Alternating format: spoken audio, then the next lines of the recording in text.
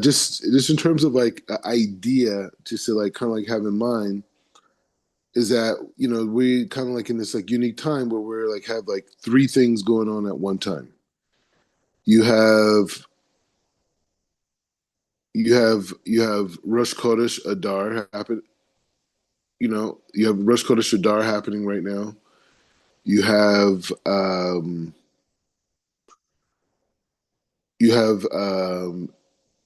Erev Shabbos happening right now, right? And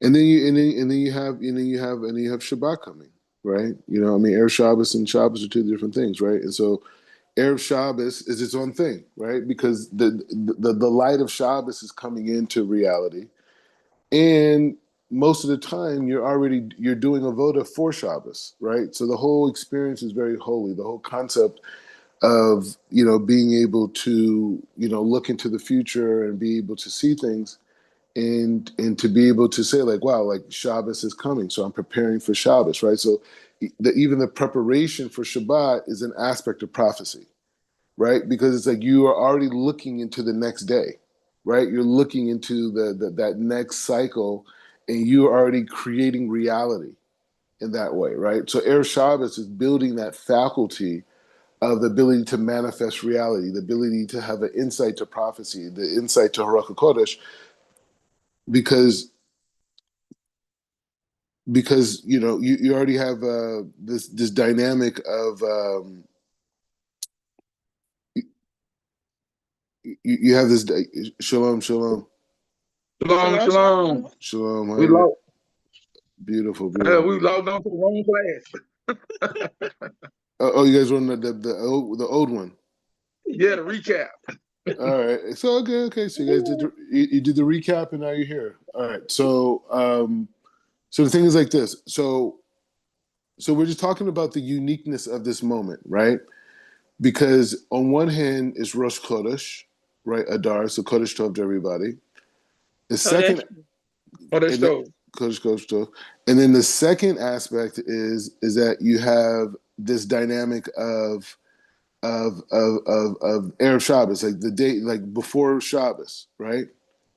Like this dynamic of Shabbos coming in, right? And so when you think about this idea of Shabbat coming in and the preparation for Shabbat, right? Because when you talk about Shabbat, you're talking about the energy is shifting to this unique energy that's manifested to this transfer of light. We have to be able to feel the difference between the week and Shabbos. You have to be able to feel it, right?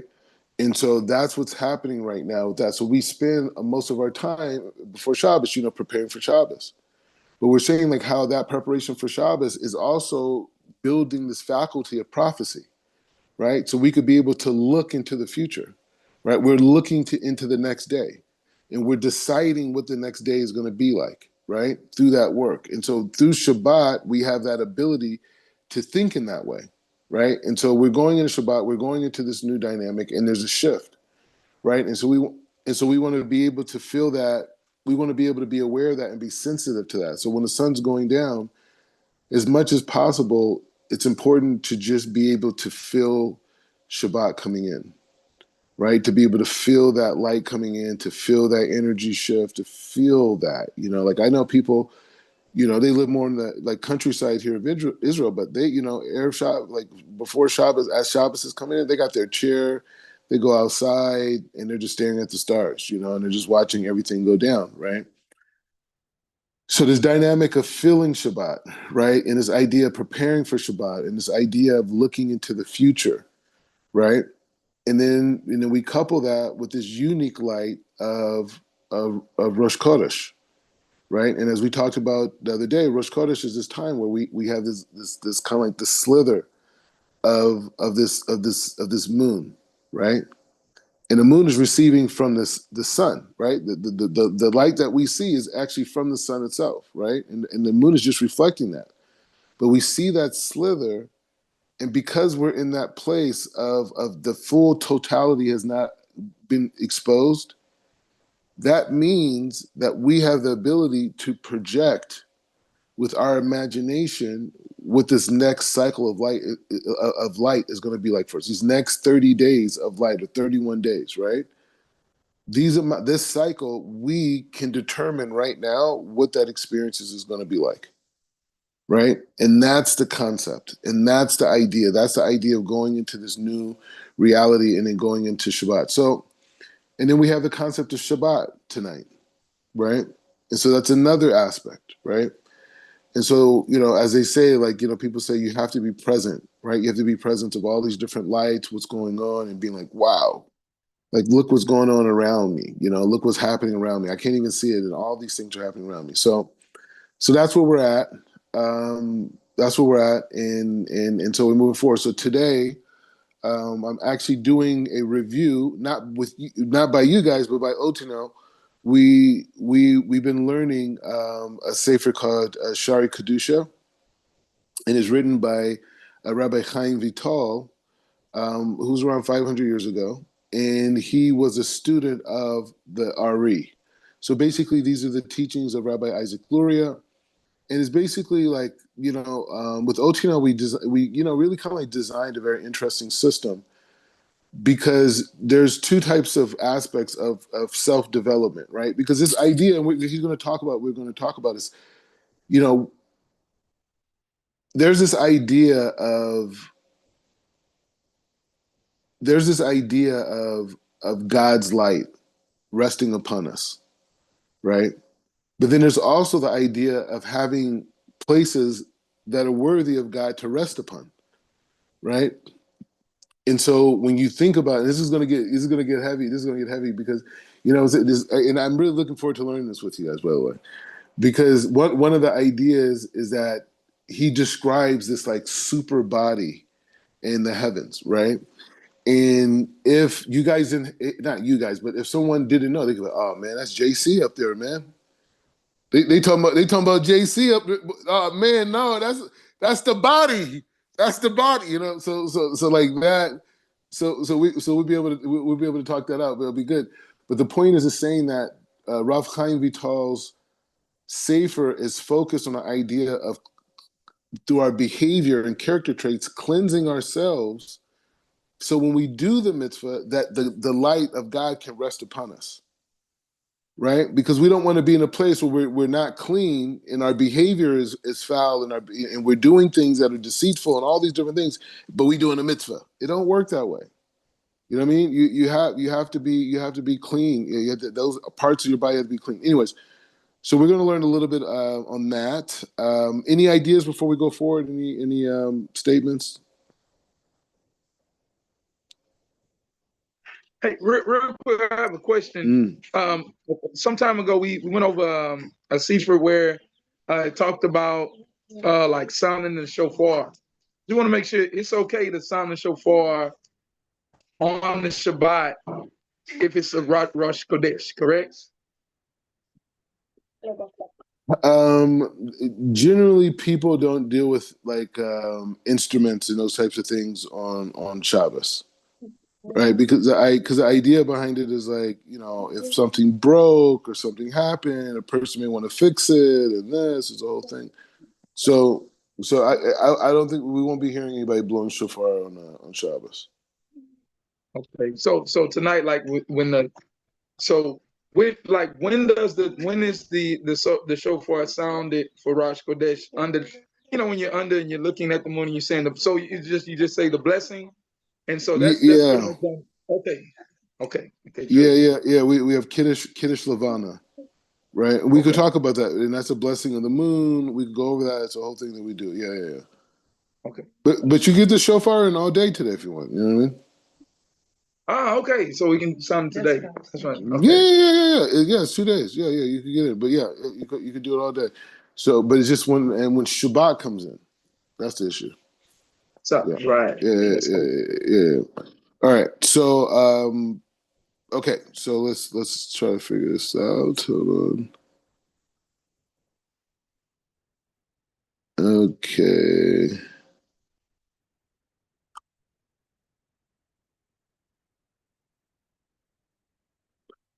Okay, so we're talking about this idea of the reward of fulfilling the mitzvah. This is very big because you guys are mitzvah people.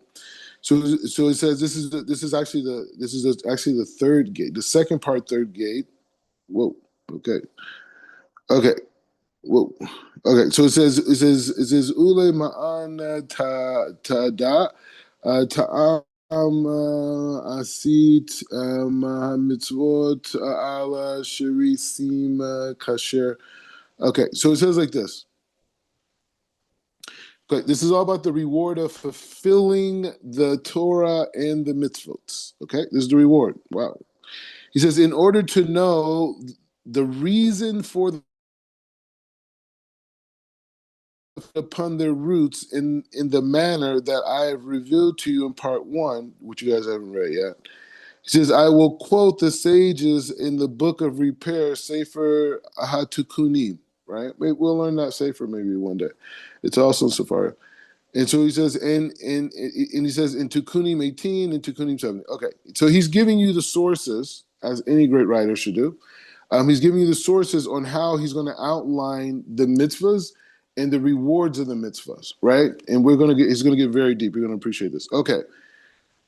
So he says, so the explanation of the roots and the organization, he'll briefly state as follows. He says, Kol Navi, he says, Navia v'kol var nash kol chad selik le'aver delit di. So he says, every prophet and all human beings are bound to ascend to a particular spiritual limb to which their soul is included and bound, right? So he's just so he's saying that every soul at the end of their life will ascend to this upper world, and they will ascend to a spiritual limb to which their soul is included and bound. He says, and he says, they are those who stem from the head of a king, and those who stem from the hair of the head. Some are bound by the eye, bound to the eyes, some by the ears, some by the nose, some by the mouth, some by the neck, some by the throat, some by the hand. There are those who stem from the structure of the torso, which is the body, some from the thighs, from the legs, the feet, some from the organ that is a sign of the covenant, some from the brain, and some from the heart. Each of these limbs possess a corresponding known sphera of 10 sphirot, and all the limbs and organs are what is known and form the body of the king Gufa. So they're saying, so let's do a little backtrack, right? Because this is what you learned already and what we're learning now. This is how it comes together. So you remember when we were learning Rav Ashlag, and Rav Ashlag stated very clearly, he said that the way to understand why Kabbalah is being revealed now and not in the past, he said, because in the past they were higher souls, but the spiritual body wasn't fully built, right? So there were souls that came in during the era of the head, the skull. And then there were people who came into the neck, the generation of the neck, the generation of the body. And every generation was higher, even though the souls weren't as high. But because there was more of a flowage of light that allowed a light to be revealed. It's like something that goes through a strainer, right? The more it goes through the strainer, the more refined it is, right? And so because it was more refined, right, that generation was able to elevate it in a new, higher way. Right, and so now we're in the aspect of the legs, right, of Hod and Netzach Hod, Yesod, and Malchut. We're in that frame, right, and so now because we're towards the end of the body, we have the capacity to reveal even more light than the other generations before us, even though they came, right. So we understand that there's a spiritual body above, and that's how we're using the body now. But it's not bodies. That's why I was saying to you guys earlier before we started this class. You guys already understand the concept of parsufim. You understand that the head equals Chabad, right? Chokhmah Bina Dad, right? You know the body part represents what? Hesed Gevura and Tiferet. And you know that the body represents, Netzach Hod, Yesod, and Malchut, the lower legs. The reproductive organs, the feet. That's what they represent. So you guys already know that, right?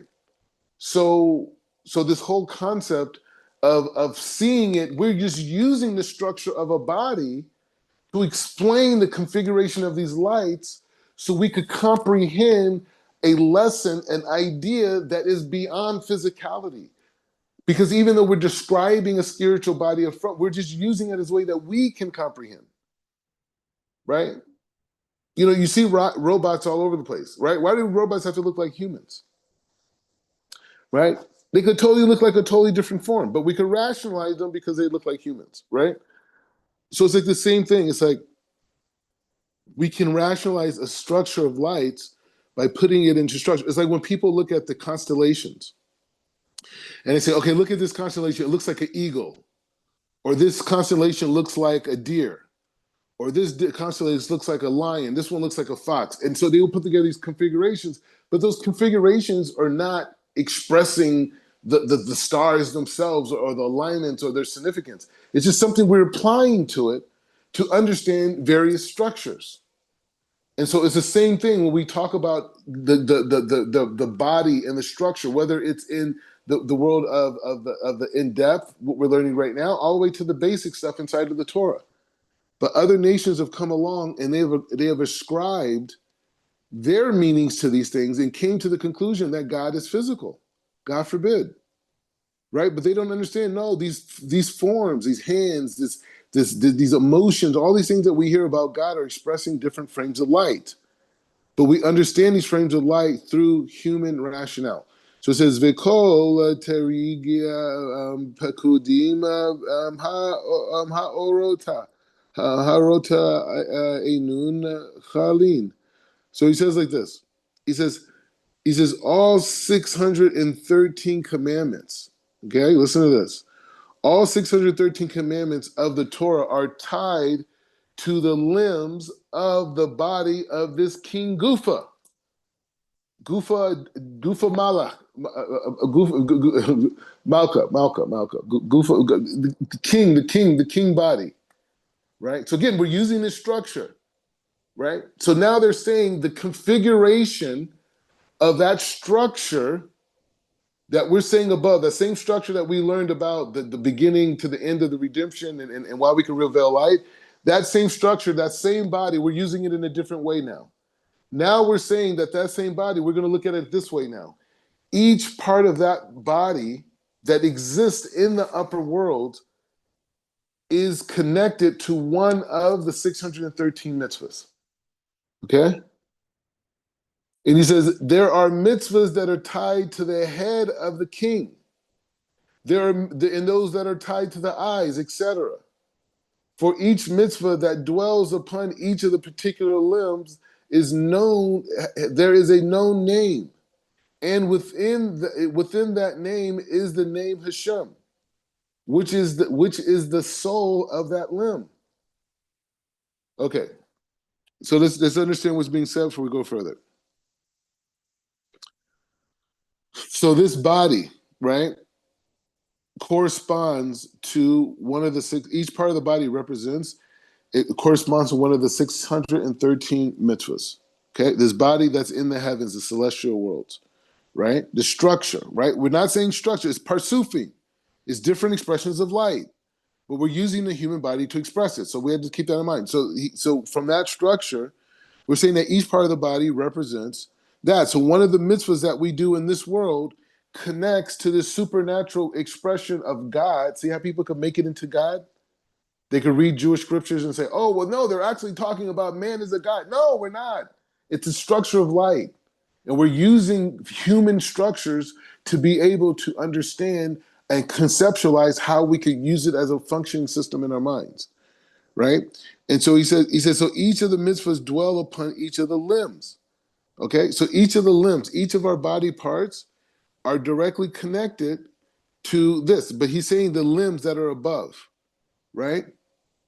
So he says each of the limbs of this supernatural body, the mitzvahs dwell upon, right? The 248, the 365. And he says, and they are known as within that name is the name Hashem. which is the limb, which is the soul of that limb. So the essence of that limb is the creator, right? And on top of it, we want to bring the creator. And so he says, all the limbs that are called this particular title, Kiyuim, he says, for the name Hashem, for it is for he who is within each particular limb. Each of those names and titles for each of the particular limb only has dominion over its particular limb. Okay, so let's understand what's being said here, because we're describing this body, but this body, you have to keep in mind, the body that is in the heavens is exactly the same body that we have. So when we understand this idea of doing the mitzvah, right, in the mitzvah bringing light to a specific part of our body, what we're actually saying is that each of the mitzvahs that we do bind ourselves to the supernatural body in the heavens. In the supernatural body in the heavens, we bind ourselves to it, and through that, our limbs in the physical world are nourished, right? So we're binding ourselves, okay? And so he says like this, and he says his rule, his dominion over them, just as the soul dominions and rules over the particular limbs and organ. This is the verse that says the whole world is filled with his glory. Okay, so Uchala Pekudima. He says Avid Varsh Nash Shelosh Ala Midot.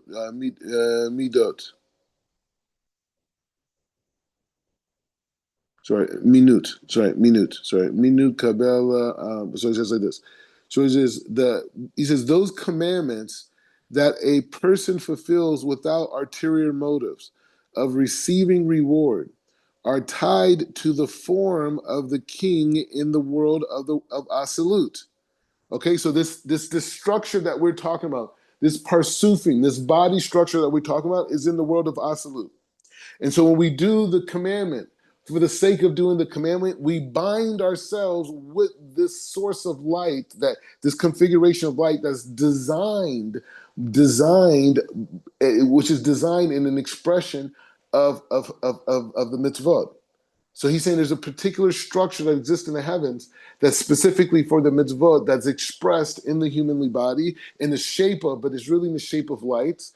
And as we do the mitzvahs, he says those commandments that a person fulfills without ulterior motive of receiving a reward are tied to the form of the king in the world of Absolute. However, those commandments that a person fulfills for ulterior motives to receive rewards are tied to the form of he who is called a lad, a na'ar, above in goodness. He says, Uve kol va'ar ve'aver. He says, Dedi vuna de malacha. So he says like that. He says de malacha. So he says malacha. So he says now there are hosts of angels that are bound to each and every limb of the form of the king.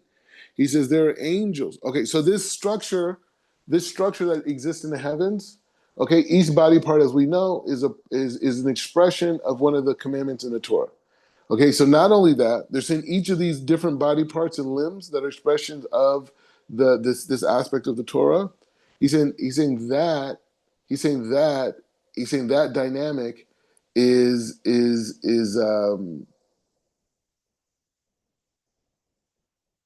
each of those different body parts have angels that are assigned to them.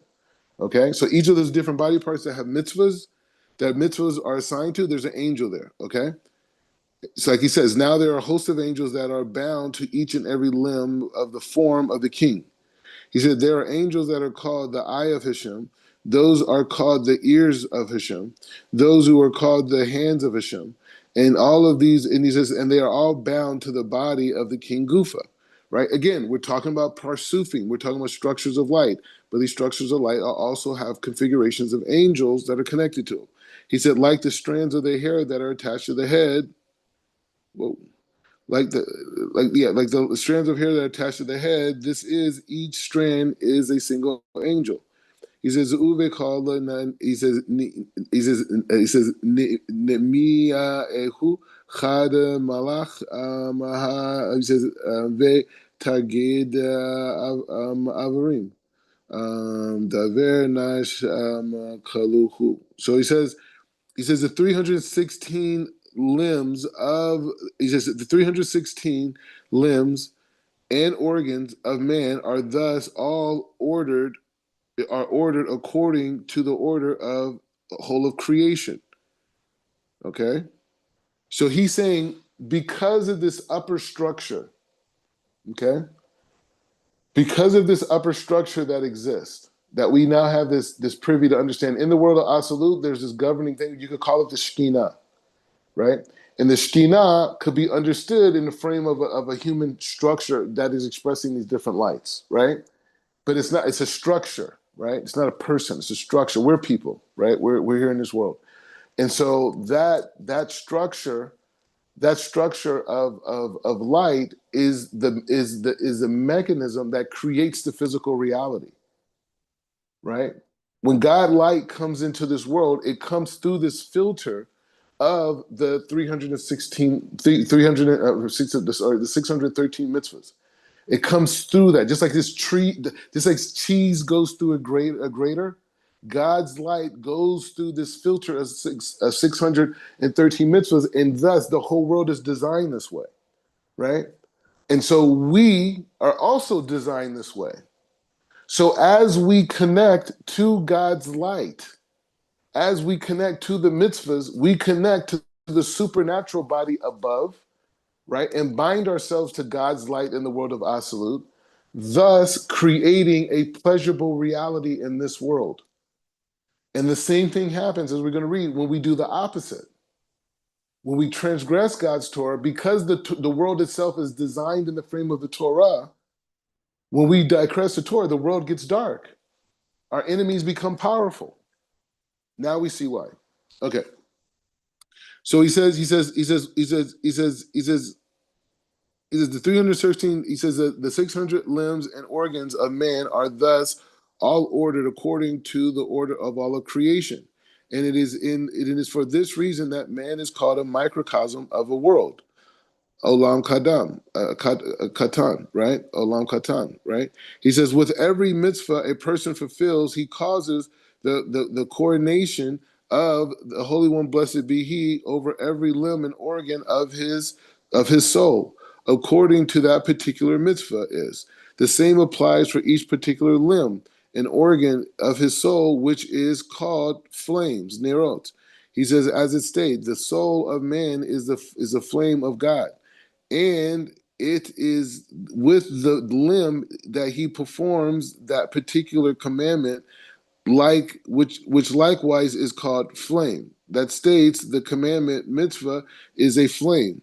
Neor. He says, "Ba'ivar nash le'aver." So sorry, le'avera is le'avera. Mikol avera delitikol. So he says it is necessary for a person to eradicate all impure and vile thoughts and impurities from these limbs and organs, for the stem of from the whatever the extraneous, whatever the extraneous, the husk, the klipa that dwells within man. So he said we got to remove this negativity from us. He said because we want that light, we want Hashem's name to rest upon all of our limbs. We want our body to be full of the name of God, right? And every time we do a mitzvah, we connect to the light within us, and then we bring additional light, right? And we cover ourselves in this cloak of God, right? And we become godly people. And he says, and we therefore must repair. And he says we must repair and prepare the place to refine and cleanse it, thus making it a fitting receptacle within which the flame of God can dwell. And he says, for any limb or organ that becomes blemished through the inequities and transgressions that a person does, the Holy One, blessed be He, does not dwell in that limb. That is as stated, for any man for any man in who there is a blemish shall not approach. a person who causes a blemish to a particular commandment, that it is as if he transgressed the form of the body of the king. So when you transgress the Torah, you're transgressing the body of that upper dimension, right? Where you're connected to. You're transgressing that body, you're defiling it. He says a person must therefore burn those negativities and dwell there in each of those limbs, and must eradicate them from within. For those extraneous husks are, he says, are called sourdough, sa'or, leaven, chametz. So, right, you remember that when we clean the chametz from the house before Pesach, he said we're removing the ego? This is what he's talking about. Kaf ma'at, and he says straw, tavim, and he says, and we must eradicate them from those flames, which is stated, the commandment, the mitzvah is a flame, a na'or, and the man's and he said the soul of man is a flame of Hashem. He says, who's searching all the chambers of one's inwards. By doing so, the Holy One, blessed be He, dwells there, meaning the name of Hashem, blessed be He, in His titles, which are called limbs, which are called with His myriad of camps and troops that are the angels that are tied to the particular limb, which guard the particular limb from all the evil forces and all the extraneous husk of the klipa that were residing there. He says, pekudim de kalim uveku. He says, veku kolo pekuda. He says, deria ve'ahava. So he says he's not love and fear. So he's saying the different commandments are tied to the different limbs. All right. So each of these commandments that we do are tied to different limbs. The commandments of love and fear, right? So all those commandments are connected to love and fear, right? Are dependent upon the brain and the heart. Okay. He says, so she said the different commandments are tied to different limbs. Okay, so different commandments are different limbs. So he says the mitzvahs that are tied to loving Hashem, right? You love Hashem with all your heart, these types of things. You should fear Hashem, right? He says are based around the heart and the mind. So those commandments that bring us to fear Hashem are working on our brain, and the ones that are telling us to love Hashem are working on our heart, right? So those mitzvahs are directly, all those mitzvahs, when we ask ourselves, what is this mitzvah having me do?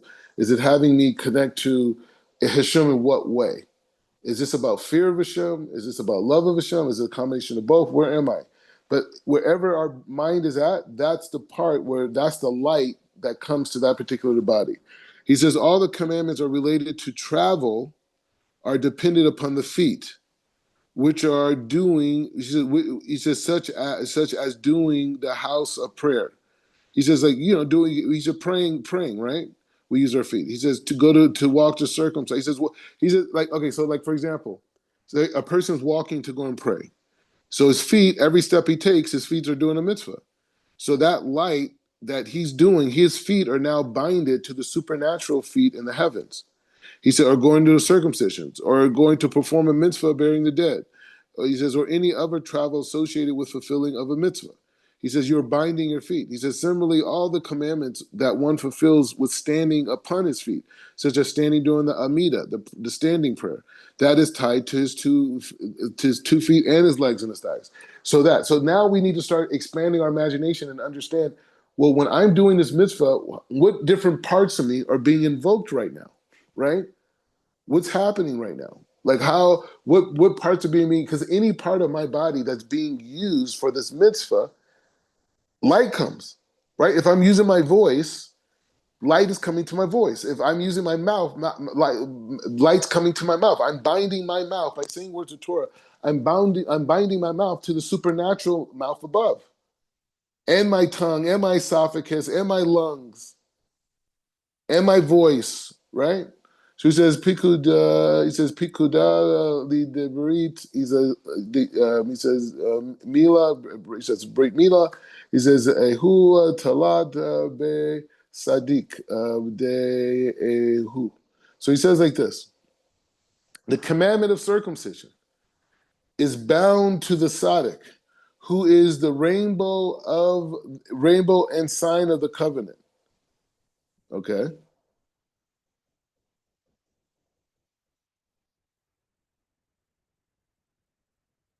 He says the 18 blessings of the Amida, right? The 18 blessings of the Amida are tied to the 18 vertebrae of the spine, which one bows and prostrates and are bound to the Tzaddik, who is called the 18 worlds, the structure of the body that prostrates to the divine.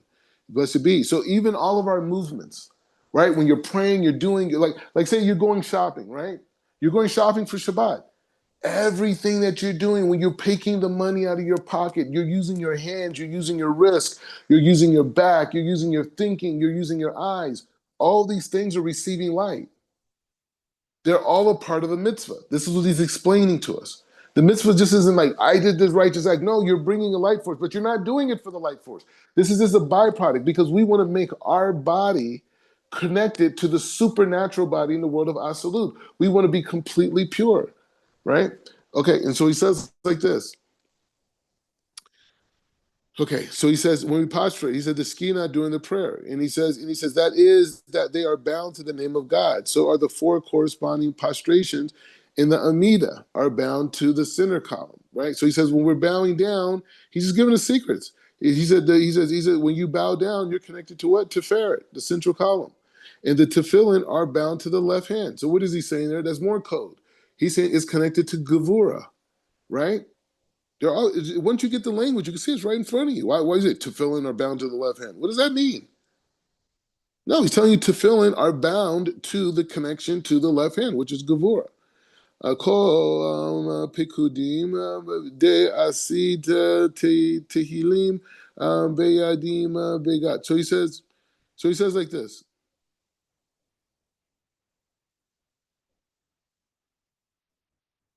So he says like this. He says all the commandments that relate to the actions are bound to the hand, such as giving charity. Tying tefillin. He says so anything you do. So he says like say you give charity to someone, that your hands, those fingers, your joints, all of that was infused with God's name. God's name is that, right? He's going to go even further in charity. And so he says trying tefillin. He says trying tefillin, which utilizes the right hand, and to tie it into the left. He said, well, utilizes the right hand to tie into the left. He says the acts of righteousness. He said of giving tzedakah.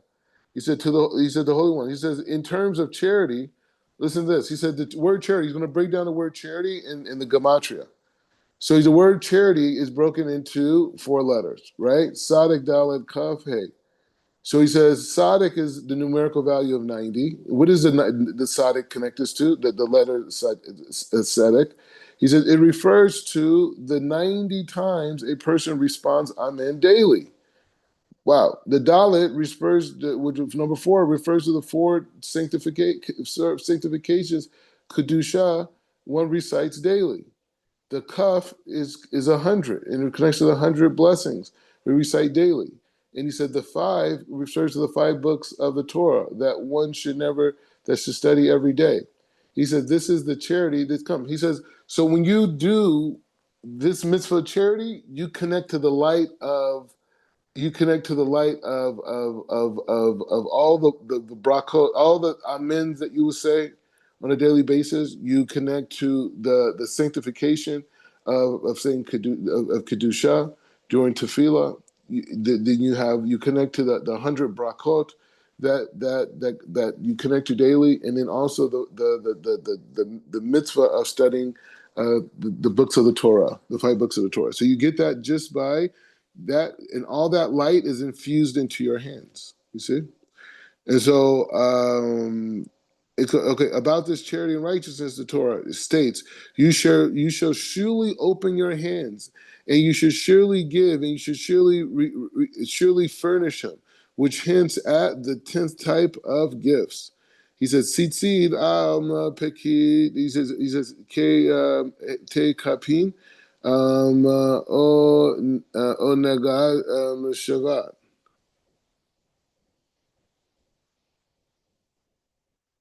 Shabbat be Khalid. So he says like this. So he said, seat worn on the shoulders. The delight of Shabbat is through the eating and drinking, similarly to the sacrificing of the korban, are consumed through the eating and the drinking of the holy and drinking of the Holy One, blessed be He. As the verse states, my offerings, my food. So now we got to really think about what he's going into, right? What he just said.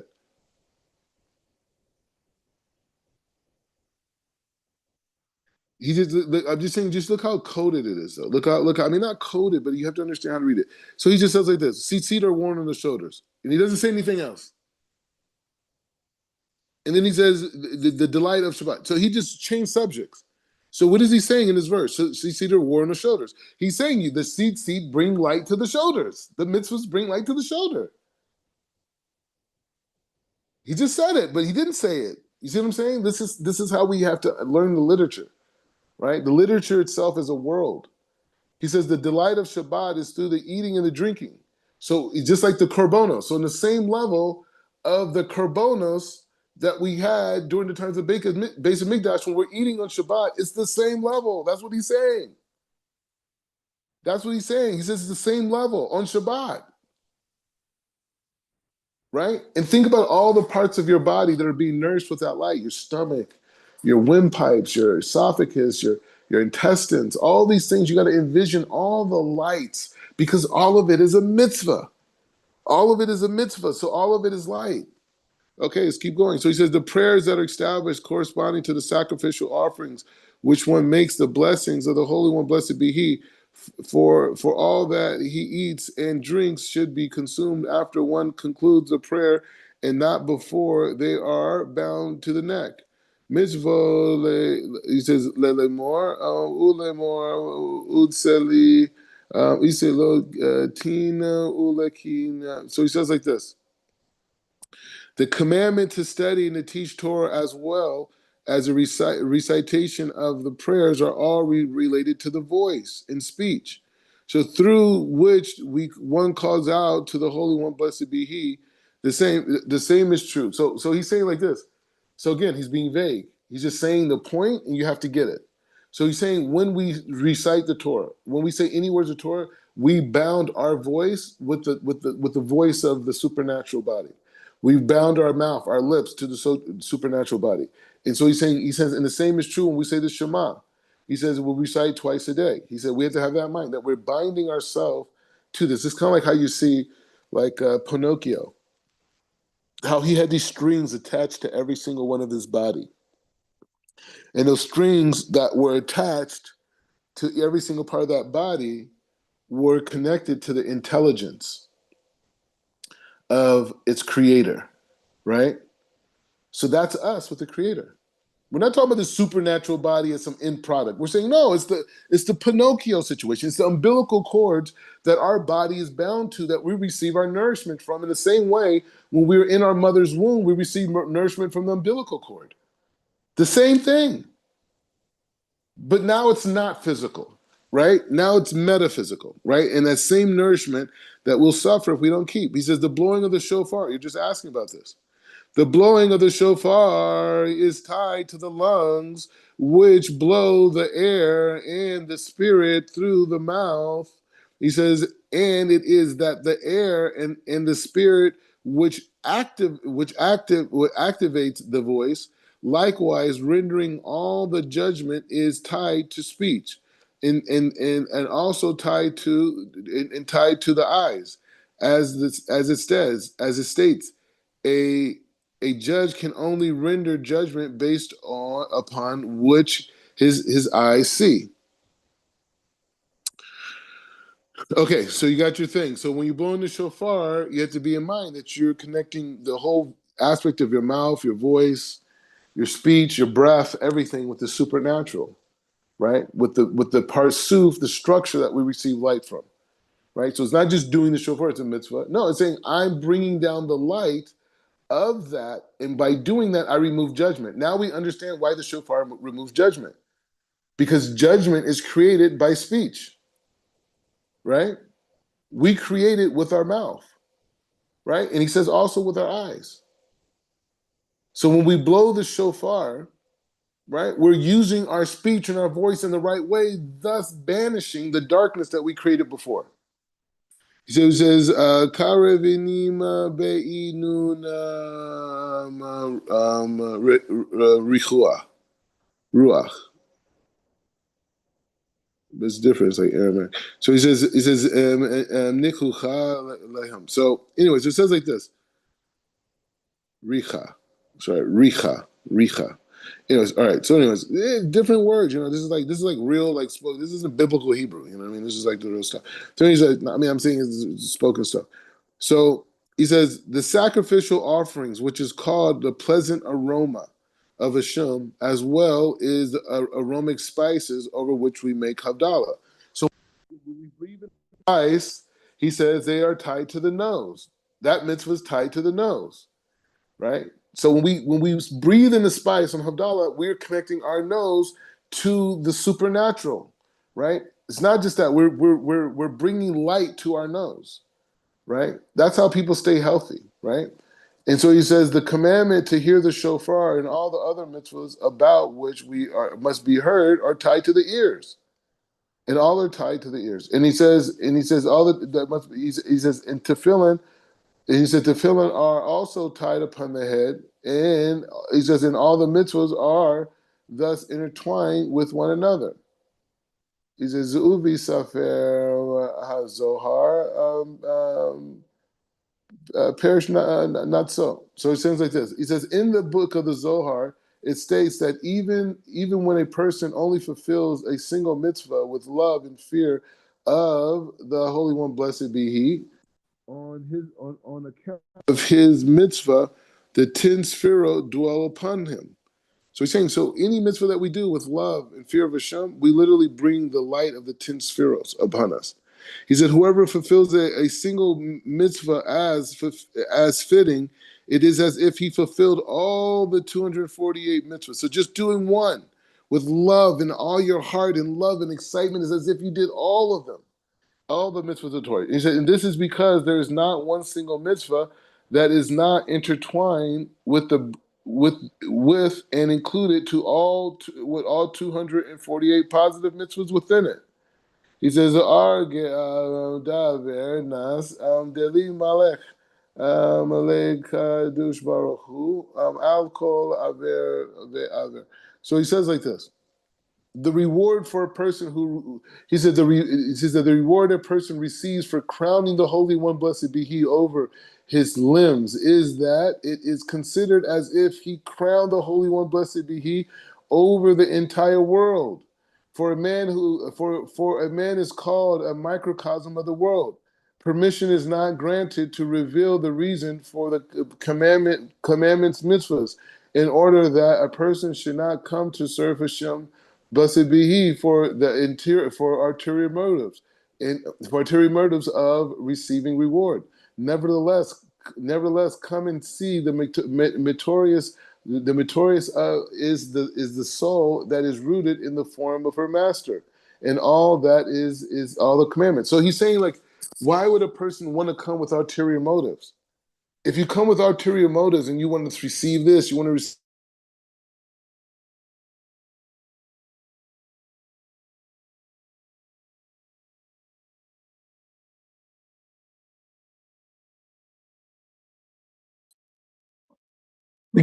We can't hear you, Rabbi.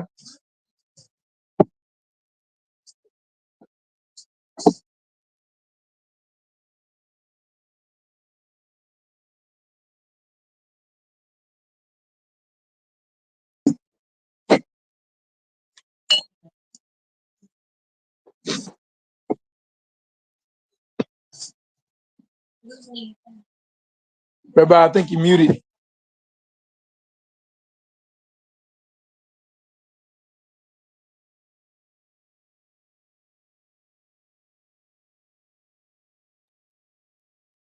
I take this time to say shalom, Mishpaka. How are y'all? Shalom, shalom. Always good to hear y'all voices. Baruch Hashem. Hope y'all had a great week. Baruch Hashem. You as well. We got too much light coming down. The internet said, whoa, whoa, whoa.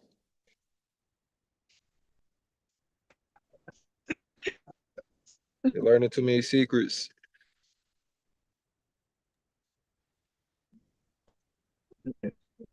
That's a Satan. That's Satan trying to give us a little resistance. That's all.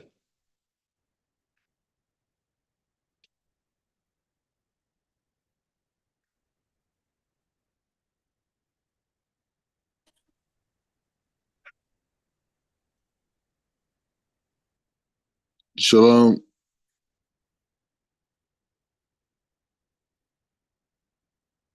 Shalom, shalom. You guys there?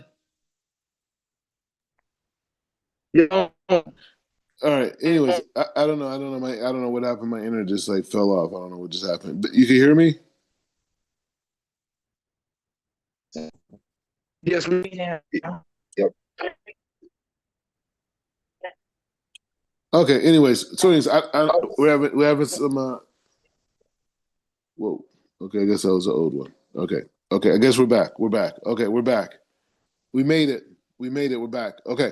So we're going to finish it off here. But any ideas going to Shabbat? I wanted to bring one more idea. Actually, any you guys share some ideas? Any ideas?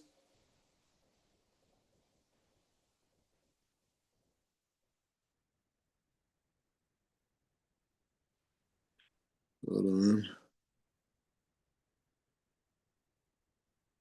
Okay, I just want to read this. It's a relatively short idea, but I just want to get it in to share, and we can finish everything off.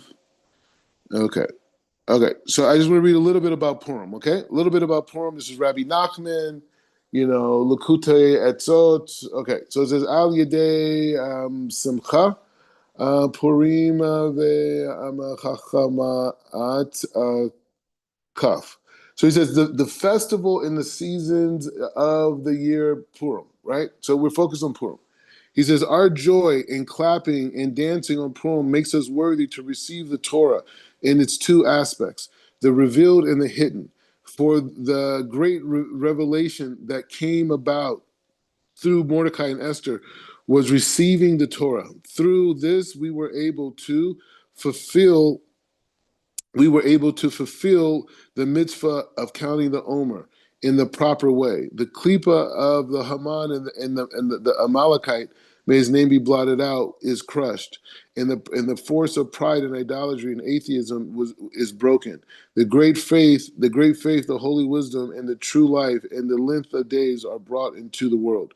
Harsh judgment, and the severity of God's harsh judgment and sweetness and all the harsh decrees against Israel are revoked. He says, Purim hu hachama, he says, hachana le Pesach. He says, Purim is a preparation for Pesach. Through the mitzvah of Purim, we are protected from chametz on Pesach. Okay. Okay. All right. So, anyways, Shabbat Shalom. Shabbat Shalom, Kodesh Tov. Shabbat shalom. Shabbat Shalom. You guys, we should all be blessed. Everyone should have a restful, peaceful Shabbos. Appreciate all the details of how we connect to Hashem, all the movements that we make, all the efforts we make for Shabbos. We're literally bringing light to those different parts of our body, and we should bask in Shabbos.